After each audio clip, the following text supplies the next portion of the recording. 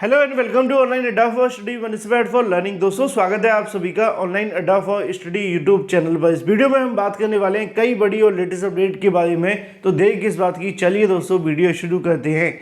Channel को subscribe करके bell icon को दबा लें जिससे कि आपको रियल ऑथेंटिक जानकारी सबसे पहले मिलती रहे। और अधिक जानकारी के लिए आप हमारे टेलीग्राम चैनल से भी जुड़ सकते हैं। वीडियो को लाइक और शेयर करना तो बिल्कुल ना भूलें।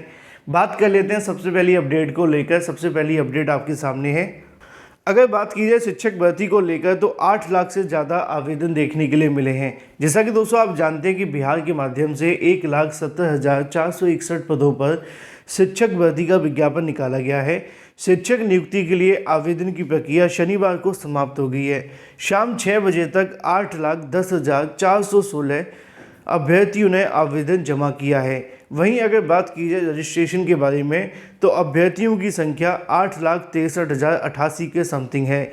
बीपीएससी के सचिव रवि भूषण ने बताया है कि उम्मीद है कि शनिवार रात्रि 12 बजे तक आवेदन की संख्या 8.25 लाख तक पहुंचेगी। सबसे अधिक जो आवेदन अगर बात की जाए आए हैं वो कक्षा 1 से लेकर 5वीं तक के लिए हैं, जिसमें 7,48,900 के समथिंग आवेदन हुए हैं।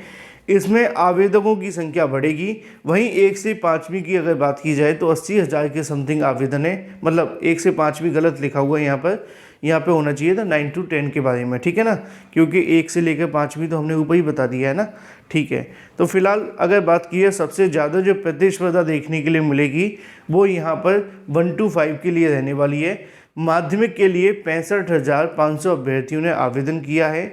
वहीं अगर बात की जाए पदों की संख्या तो 32,916 है। हालांकि अगर बात की जाए तो नीचे आप सभी को देखने के लिए मिलता है कि सबसे ज़्यादा जो छात्र हैं वो सामाजिक विज्ञान संकाय के अंदर हैं। इधर उच्च माध्यमिक की अगर बात की जाए तो 39,688 आवेदन हुए हैं और सीटों की संख्या 57,000 के आसपास है। यानी कि 57,000 सीटों के लिए सिर्फ 39,688 आवेदन हुए हैं। अब अगर बात की जाए यहाँ पे बिहार शिक्षक भर्ती की तो उत्तर प्रदेश के छात्रों का इसमें बोलबाला क्यों है, ये बात आपको बहुत अच्छे से समझने की आवश्यकता है। कुछ लोग कहते हैं कि चलो बिहार से आ गई तो क्या हुआ, अपने उत्तर प्रदेश में आनी चाहिए। उत्तर प्रदेश में सरकार पर दबाव बना रहे हैं, सरकार से मांग कर रहे हैं, सरकार के सामने अपनी बातों को रख रहे हैं। अब सरकार जब विज्ञापन निकालेगी, आप लोग जब एकजुट होंगे तभी तो विज्ञापन आएगा, है ना। लेकिन अगर पड़ोसी राज्य में आपको मौका मिला है तो आप उसको ऐसे कोई एहसान मत समझिए, ये आपका अधिकार है। क्यों अधिकार है? क्योंकि उत्तर प्रदेश में जब भर्ती निकलती है तभी तो पड़ोसी राज्य के अभ्यर्थी आवेदन करते हैं, नौकरी लेते हैं, आपकी सीटों को ले जाते हैं।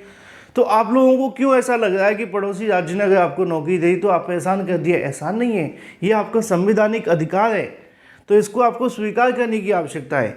और यही वजह है कि उत्तर प्रदेश के अभ्यर्थियों का बिहार में बोलबाला है, जहां बिहार के अंदर 2.5 लाख भी आवेदन नहीं हुए हैं। अगर आपको जानकारी नहीं है तो मैं आपको बता दूं कि जब तक उत्तर प्रदेश के अभ्यर्थियों को आवेदन करने का मौका नहीं मिला था तब तक बिहार शिक्षक भर्ती में 36,000 आवेदन हुए थे।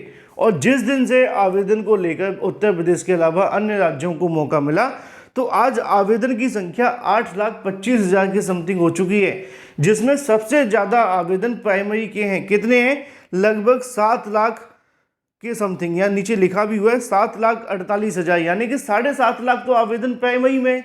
अब 9 से लेकर 12वीं तक के जो कहीं ना कहीं आवेदन हुए हैं उसमें कितने? सिर्फ 60,000 आवेदन। क्यों भाई?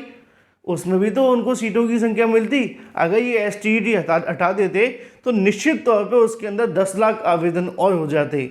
तो इस बात को लेकर आप लोग कोई एहसान मत समझिए कि बिहार सरकार ने आपको दे दिया है और आप सोचेंगे नहीं, आपका अधिकार है।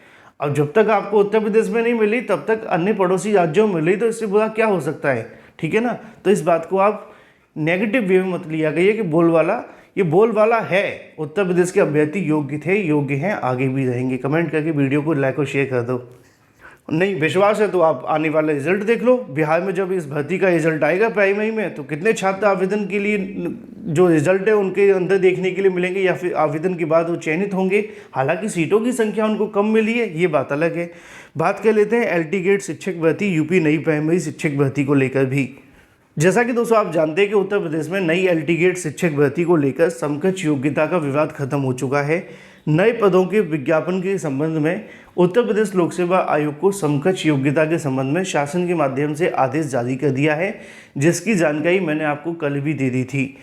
300 नए पदों का अधियाचन आया है, पुरानी एपीएस भर्ती का पता नहीं है। अभ्यर्थियों का आरोप है कि कोर्ट में प्रभावी पैरवी नहीं कर रहा है यूपीपीएससी। तो वहीं अगर बात की जाए एपीएस के 300 पदों के बारे में, तो एलटी गेट इसके अलावा जीआईसी प्रवक्ता को लेकर भी ज्ञापन सौंपा गया है। एलटी गेट शिक्षक भर्ती में 5 वर्षों से नहीं हुई है। पिछला विज्ञापन 2018 में निकाला गया था। उत्तर प्रदेश लोक सेवा आयोग के पास में 6000 से ज़्यादा पदों का अधियाचन मिल चुका है, लेकिन आयोग ने नई भर्ती का विज्ञापन जारी नहीं किया।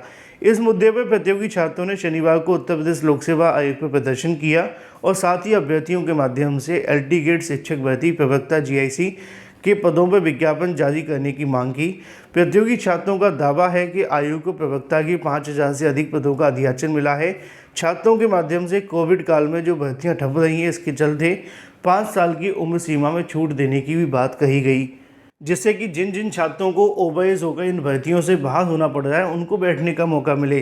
तो एलटी गेट इसके अलावा प्रवक्ता शिक्षक भर्ती को लेकर मांग की गई। बात कर लेते हैं यूपी की नई प्राइमरी शिक्षक भर्ती विज्ञापन को लेकर। जब भी मैं बिहार की प्राथमिक के बारे में जानकारी देता हूं तो उत्तर प्रदेश के अभ्यर्थी कहते हैं कि सर यूपी की जानकारी दिया करिए, क्योंकि बहुत सारे ऐसे अभ्यर्थी हैं जो बिहार में आवेदन नहीं कर पाए हैं।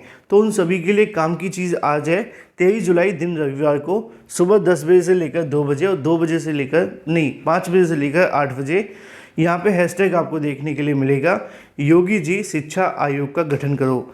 जाकर ज़्यादा से ज़्यादा संख्या में आपको ट्वीट करने हैं आज, क्योंकि सरकार पे हमें प्रेशर तो बनाना ही पड़ेगा, तभी किसी भर्ती का विज्ञापन जारी होगा।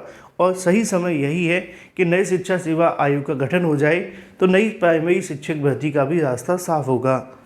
क्योंकि ट्वीट करने से आपको ये नहीं सोचना है कि क्या होता है क्या नहीं, बस आपको ये समझना है कि आपके ट्वीट करने से बहुत फर्क पड़ता है सरकार के ऊपर। वो बात अलग है कि सरकार खुलकर नहीं बोलती है, इसलिए बड़ी संख्या में ट्वीट अवश्य करें। चलिए बात कर लेते हैं 1876 पदों पर एसआई भर्ती के विज्ञापन के बारे में, जिसको लेकर जानकारी प्रेषित कर दी गई है।